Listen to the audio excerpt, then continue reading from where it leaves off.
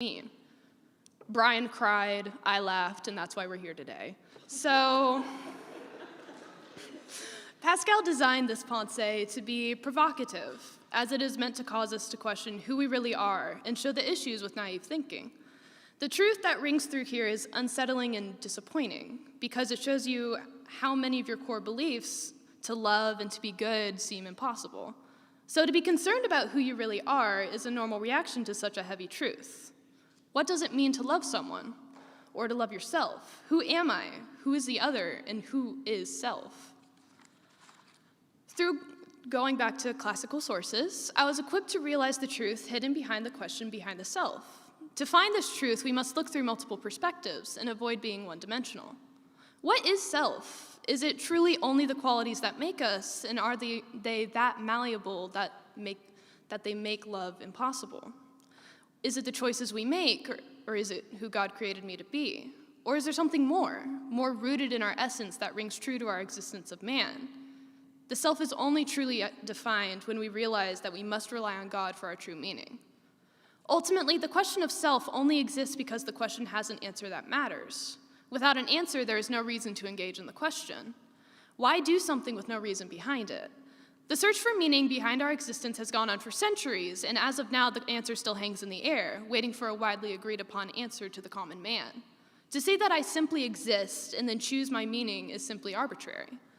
Yet this is what many people believe, that there is no standard, there is no God. It is simply you and your choices. Following this method will inevitably lead to a system of ultimate meaninglessness and a lack of meaning entirely. To put it more clearly, defining meaning and purpose as finding a meaning and purpose is simply defines nothing at all. Existing purely for existence cannot be, for it would be irrational. Placing meaning in ourselves has created a world of meaninglessness and conflict. This meaninglessness extends to all physical pursuits that are treated as ends alone. Happiness, power, popularity, whatever you want to ascribe to it, it all comes down to the meaninglessness reality of no meaning at all. What is the end goal of man? Simply to have a goal? But then where does that goal come from? There is no existence to the necessity because we are here already. We should all know that there is a true purpose to be found, and more than just the selfish realities of fulfilling our desires to end up happy, as if that is truly attainable through simple actions. We all know that happiness is fleeting in material things. You cannot exist to exist, and your meaning cannot be found where there is no ultimate meaning. So physicality alone isn't going to do it. We need to seek something higher, something that can give meaning, since we cannot find it ourselves. To do this, we look to the soul. The soul here is the eternal and spiritual sense of man, specifically what God has created us to be and what we do with that definition. God created us to be a certain way, yet we go about and have the definitive decision of our fate. As said in Ecclesiastes, "See, this alone I found, that God made a man upright, but they have sought out many schemes." We know that our physical bodies will someday be left to waste. That is evident to all. But surely if we are to have meaning at all, and if that meaning is not to be found in the physical or mortal realities, then it must be found in the immortal realities. The soul is the answer to that question. We are what we make ourselves in the definition of God's existence. Our failure to live up to God's intended definition is how we lose ourself. Kierkegaard was a 20th century Danish philosopher who concerned himself mainly with the questions of God and our existence with him. He took upon himself the task of defining the ideal and perfect person. Kierkegaard states that man is not a perfect self, and that he needs definition and reliance because of his reliant nature. Man is instead, as Kierkegaard calls it, a compilation of syntheses, or connections and relations. Man is the totality of the relationships God has set forth, but is also the negative relationships found in sin nature. Thus, man is, in essence, required to have a relationship with another. The fact that man must be defined as himself by reliance upon other related topics makes his self-definition incomplete. So Kierkegaard proposes that man is in fact reliant not only upon physical syntheses alone, but upon a higher power who put these relations into place. The power must be dependent upon only himself and not another being, such as man. He should find his definition in only himself, because he is self. The power must be defined in order to place our definition upon him. God is this power, his intrinsic nature fulfilling his self-definition like a perfect self should. Because this power is the perfect self, we can only rely upon his definition to make our own. Only through God's power can we have true self-definition. This power is himself, the three-in-one God, the perfect being that exists and the only one capable of being a perfect self. Man is in fact what God makes him, and most importantly, what he does to define himself in God. So we must turn to a higher power to place our identity. We receive our true meaning in the heavenly ideas of perfection and infinity. As such, it is our recognition of God's power that gives us the means to make a true definition for ourselves and live a true, fulfilling life. We are more than just our created identity, the essence that we have as humans that we share with everyone else, the constant created by God. We are also each unique and to be understood in our own individuality. Everyone has their own unique existence. This is the person, an existing, rational individual. Existence is the individual traits that we each possess that distinguishes us from each other, while essence is our shared identity as humans. Together they constitute the individual, but can they coexist without contradiction? They certainly can, yet it must be an understanding of the qualities of both realities. Our relationship with God is immutable and unchangeable, and is intrinsic to our self-definition, yet our personal existence is constantly changing. As Pascal stated before, each trait we hold can change, which makes it impossible to recognize a self founded exclusively in our existence.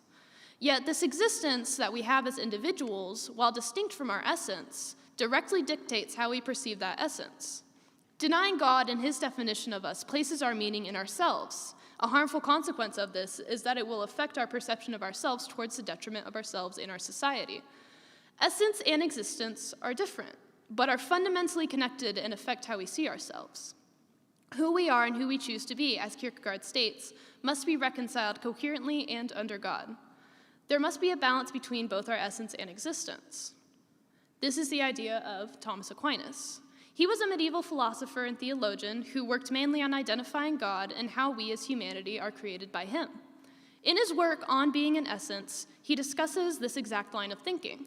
He states that we, as the human race, have an individual existence composed of our personal thoughts and actions, yet this existence alone is not enough for us to have a purpose outside of any dependence from an outside force. Because of this, we simultaneously have a separate yet connected essence that is located in the Father, which allows for us to have this sense of purpose and meaning because it is rooted in God, who does not have a separate essence and existence. Indeed, our humanity is created for a purpose, to be with God. This framework is similar to Kierkegaard's theory of self, that we are incomplete as humans and thus must be connected to God to have true self-definition, and consequently, fulfillment. Without him, we are nothing. Thus, not only are we connected to him intrinsically, but also if we deny this fact, then we are bound to fail our essence and be cast down for punishment. To deny a tethered essence, we are denying ourselves, and this can and will lead to sinful actions rooted in ourselves for no purpose but to fill our own selfish desires. This is where human error enters, and where we decide how we interact with the truths of our essence in God. So with this in mind, knowing from both Kierkegaard and Aquinas that we are dependent upon God for our own definition, we turn now to Calvin, who teaches us where we receive this definition. In other words, where do we find ourselves in this present age of discontent? John Calvin was the 17th century Protestant reformer who taught us significant ideas relating to the power of the Spirit and the necessity of Scripture. He proposes in the Institutes of the Christian Religion that we, as a human race, are instinctively idolaters because of our fallen nature. Our idols are now ourselves and the things that we create. Ever since we have strayed from God, we have sought out a replacement that is less intimidating and more catered to be our equal instead of our overwhelming superior. We convinced ourselves that we are righteous and good beings, and thus should not be subject to a being that is greater than us, because who could that possibly be? So instead, we have turned towards the idols below us, creating a sense of superiority among us that lead us astray from the truths that God carries with him in his identity. We are only humbled when we are face to face with the true nature of God. It is only through the realization of his true traits that we see just how imperfect and disgusting our natures are when we are separated from him and his definition of ourselves. We cannot fulfill ourselves. We must rely upon God. But we deny this fact in favor of the folly of a faux righteousness and fulfillment we create to fill the void that is left by God's absence. However, it is never enough. Calvin posits that we are exposed to these truths only through the Holy Spirit that works within us and the scriptures external to us. It is through the scriptures that we must seek the truth. It is only through these realities that we can find our own definitions, who we really are and who we were made to be. So then, why do we not do it? Why do we continue to cast our eyes down to avoid the blinding brightness of God's existence? It's easier to hide, isn't it? Adam did the same thing when he was aware of his mistake he made in the garden. He covered himself and hid in the bushes, avoiding God and his judgment. It is in our nature to find the easy way out. Placing our faith in false idols is easier than facing the truth. We can control what we make, and these idols are subject to our power. Yet God is in control of us, and that makes us hide away. These idols must be cast away. They give us a false sense of ourselves, yet we avoid it in folly of fear. We must turn to the scriptures and the Spirit to find our true identity in God alone. What are these idols that challenge God's definition in the minds of the modern man? These select modern idolatrous philosophies that influence the perception of self are centered around self-determination or the creation of such a meaning from the sheer will of the individual alone. In other words, in this view, each person determines himself for himself. One option is that we all arbitrarily and at a whim decide our meaning for ourselves. Another option is that we allow ourselves to be defined principally by the group. The first alternative is called individualism, and the second is collectivism. Each creates a false sense of identity rooted in a flawed concept of self-definition, creating meaning rooted in ourselves that fails to meet the standards of true definition found in the identification of ourselves in God alone. Individualism is the philosophy and ideology that the individual person is the ultimate definition of self, even to the possible exclusion of the group. Individualism seeks this definition exclusively in the will of the self, seeing it as the only necessary reality. Only the self is seen as important, and it is the self that is seen to be the cause of all things. History is through the people, and the people alone, no God involved at all, because he was only a creation of humanity. As Marx said, religion is the opiate of the masses. God, within this view, was simply a distraction from selfish realities. He is only a construct of man. Collectivism, alternatively, is the philosophy and ideology that the self is defined by traits it has in common with others, creating a group to be in relation with. The contrast is clear. Collectivism throws away the idea of a personal self and makes it into a shared experience for all to have. As seen in the 20th century totalitarian regimes, such as the Nazi Party and the Communists, you are only there to serve the collective. The wheels of history within this view are now not through individual action, but by the holistic selfishness of an entire group. God is once again a creation of man, only here he is made to serve the nation, the state, and the group. God is the empowerment of the people, not the other way around. The influence of modern ideologies and political, economical, and social constructs have a definite influence on the idea of self, identity, and relation to the rest of the world around you, whether ethereal or material. To reference several popular modern philosophies, we can look at relativism, a philosophy founded upon the perfectly independent self, or materialism, the philosophy founded only upon the corporeal man. They argue that man is matter alone. Both of these philosophies concern themselves with a subpar definition of man, namely how he relates to the realities around him. Relativism emphasizes the complete independence of man from both others and, namely, truth. You define what is true and good, but that has no effect on another's actions in accordance with objective truth, which evaluates both of them. Materialism, on the other hand, concerns itself with man and his relation to only what the senses can perceive.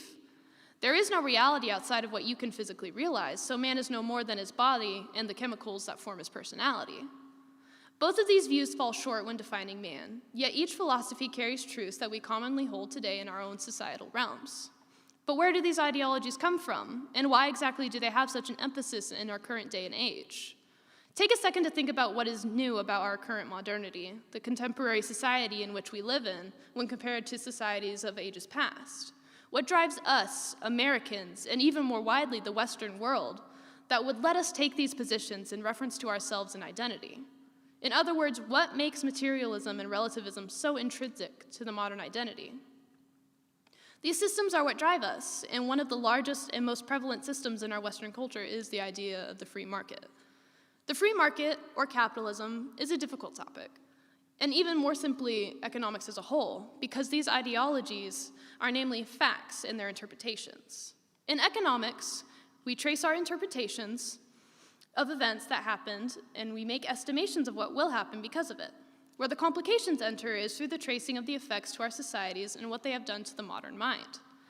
The principles and influence of capitalism, the usage of supply and demand, have created a mindset of consumerism, which fuels our presupposition of individualism. The customer is the one who controls it all. It isn't the businessman, and it shouldn't be the government. It is simply the individual who creates the demand for any sort of supply. If there is no demand, then there is nothing. If you wish to control the supply, then you need to control the demand. So it always traces back to the control of the consumer. Now, this is not to say that the consumer is always left unalone and uninfluenced. It is actually quite the opposite. Capitalism fuels advertisement, scare tactics, and overall the reality of media and propaganda, which have the capability to control the minds of the consumer. But they only do it well when they recognize the fact that it does trace back to the consumer's demand. They must generate consent. This focus on you has created this new sense of self and purpose, that you are simply disconnected from all reality while simultaneously creating it. You are the one who determines your status, your freedom, your actions, yet you are also affected by those things that determine what you can and cannot do. You believe that you can change those realities. Whether or not you actually can in practice is not important. All you need is the confidence to do it. You are self, you are identity, and there is no one that you must rely on to change anything about that. If you want to do something, you most certainly will, whether through bargaining, borrowing, or achieving. This you has established itself as the modern man, and to an extent, the modern God. There is no need for a connection to God. There is no reliance. All you want to focus on is you. You are your freedom, and freedom is the ability to determine you. In this structure, there is nothing that you need to make you because it is a choice that you make, not out of need, but because it feels nice to have a sense of something more than just the materialistic reality you find yourself in. Relativism, materialism, objectivism, everything is what you want. We have extended the reality of the consumer to philosophy, and now there is a leisurely demand for the answers to the questions that we ask in our free time. Capitalism is not bad per se. It is simply dangerous because of its threads of harmful consumerism that lingers within it. As with all things, too much of a good thing will most definitely be bad. This has been known to be a principal rule of reality since the beginning, since we bit the forbidden fruit because we wanted more. There is no solving it. There is only respecting the rule and avoiding the punishments for disobeying. The glorification of the self is rooted through years of refusing the right to be a self, as told by the stories of feudalism and slave economies. It is simply a reaction to the past, but that does not mean that there are no faults. If a perfect capitalistic society were to be formed, there is a high probability that the idea of God may be discarded in favor of you. However, collectivistic societies are not the answer. Ideologies like communism, once again, are a reaction to the past events of individualism and capitalism specifically. They have eliminated the individual in favor of the group, or the mob. In the Marxist ideology, they have created the haves and the have-nots, the oppressor and the oppressed. The individual is now founded upon the simple qualities that relate to others, and now you have reliance not upon yourself and not upon God, but upon the simple realities of others and self in constant reference to each other. You are not you, you are what you are compared to the people around you. You are not me or Cohen or Mr. Steckbeck. You are simply oppressor and oppressed, and there is no you anymore. By establishing identity in the collection of others, communism has successfully destroyed identity in its entirety. How can you be who you are in reference to others without losing identity completely? Kierkegaard's reliance theory works because we are who we are precisely because we are reliant upon a higher power. But by changing this to others, there is now no foundation upon which we can place identity at all. There is no identity, so there is nothing. Communism has failed at every aspect that it attempted to prove, including the economic and social structure that it tried to create. More than that, it has destroyed the individual. To state that communism provides us a framework for an ideal society that we must steer ourselves towards, to create a self-sufficient society based around the accountability and hope in others is simply contradictory. As we stated before, this structure was made in reaction to the apparent inadequacies of those who participate in the more individualistic society. Yet they want to simply move these people over into a structure where you are held to a higher accountable standard, yet don't even see the benefits of them. In other words, communism is a system of self-destruction. You cannot simultaneously see an error, say that you will fix it, then place that same error in an even worse situation and expect it to flourish. But this is communism. To them, it was never about fixing the error. It was placing it somewhere else so that another person could deal with it instead. So communism is not only a practice that destroys your identity, it also throws around blame and suffering onto others because it can. It is truly the philosophy of the ignorant, for those who solve their problems by giving it away. To define self as we have offers a positive framework of not only identity, but of purpose, as our actions reflect our intellect and make us who we are as individuals. We now know that we are in direct relation to God, and that immutable fact cannot be ignored unless we enter into a day and age where we mentally sever that tie and deny ourselves of who we truly are and the inheritance that is offered with it. If we do this, we will spiral into the age of humanity apart from God, and that age will be one of tyranny and subjugation to our own selfish desires. This end must be avoided, or we will enter into a world that we cannot leave. The first step was to identify the problem, as we have done now by exposing the dangers of the individualistic and collectivistic philosophies that men created by the reactions to the past. So now we must act. And to do so, we must avoid the action of those who have fallen prey to their desires for so-called freedom. Most notably, there has been an ignorance among the populace that allows for the common man to ignore responsibility and simply blame another cause for their actions. There is no longer accountability because the consequences of your actions are what you choose them to be. And if you do not want to claim any mistakes, then the consequences are simply because of uncontrollable causes that are personally set against you. You can see this in nearly every modern controversy that is set upon governmental and social issues. One example easily is the argument of life before birth, or the issue of abortion. Who cares about the biology of it all? At the end of the day, it comes down to the fact that you are controlling a woman's body because of the patriarchal society we have created in the past. There is no responsibility for the individual, there is only blame on the society. Again, with the matters of social racism, every action that is inconvenient to a certain social group is rooted in generations of oppression. And not because of the personal responsibility that you must carry with yourself, but because of an inconvenience that is presented that is apparently completely out of your control. And thus, it must not be your fault, but others. Of course, this is by no means to say that there are no extraordinary circumstances on occasion. There are. Yet more often than not, these circumstances are simply fabricated to present a reason to receive something that you may not truly deserve by weaponizing the empathy that another may feel. The world is simpler than they present, but if you knew that, that wouldn't be good for them. God is our grounding to identity, yet we have turned away to form our own, ignoring existence in ourselves because of our essence in Him, and attempting to create our own sense of self made from ideologies that are rooted in ignorance and selfish gain. This is the nature of humanity. Freedom without God is nothing. Philosophy without recognition to the standard of essence is simply a mirage catered to our desires. God is the grounding, and that is the immutable truth. Who we really are and who we were made to be, essence and existence, are only truly reconciled in a right relationship with our Creator. Indeed, this is the true self. Thank you.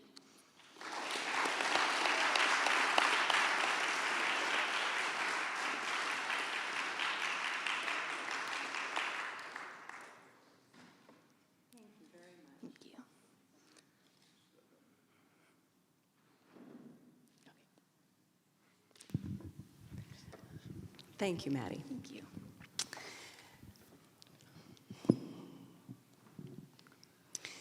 So you have soundly dismantled finding identification in self by our own definitions, and you have stripped the romance of finding our definition of self in the group. So it's kind of like that situation in Acts where the people are left after the sermon and they're saying, what must we do to be saved? So my question to you is,